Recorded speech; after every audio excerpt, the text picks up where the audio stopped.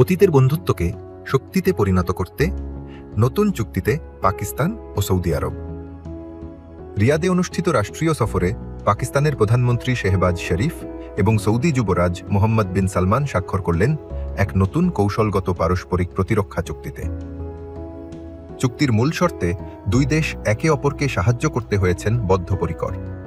শর্ত ও সম্মতি অনুযায়ী যে কোনো এক দেশের উপর হামলা হলেই উভয় দেশ নিজ ভূখণ্ডের উপর আঘাত হিসেবে বিষয়টি গণ্য করবে এবং যথাযথ কূটনৈতিক ও সামরিক সাহায্যে বাড়াবে হাত।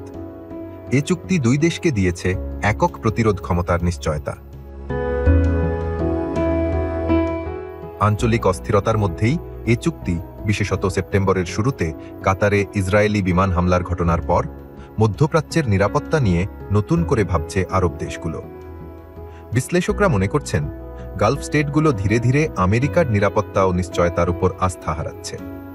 তবুও সৌদি কর্মকর্তাদের বক্তব্য স্পষ্ট।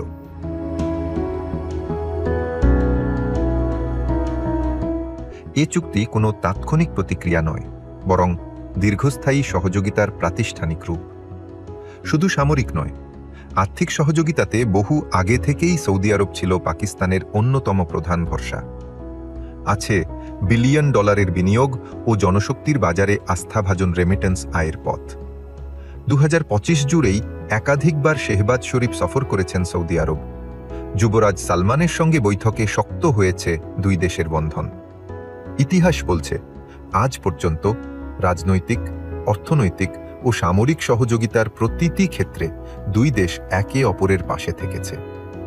বর্তমানে পারমাণবিক ক্ষমতাধর রাষ্ট্র হিসেবে পাকিস্তান হয়ে উঠতে পারে সৌদি আরবের যে কোনো বিপদে অন্যতম মিত্র। এই নতুন চুক্তি হয়ে উঠতে পারে পুরো অঞ্চলের ভূরাজনীতিতে এক শক্তিশালী বার্তা।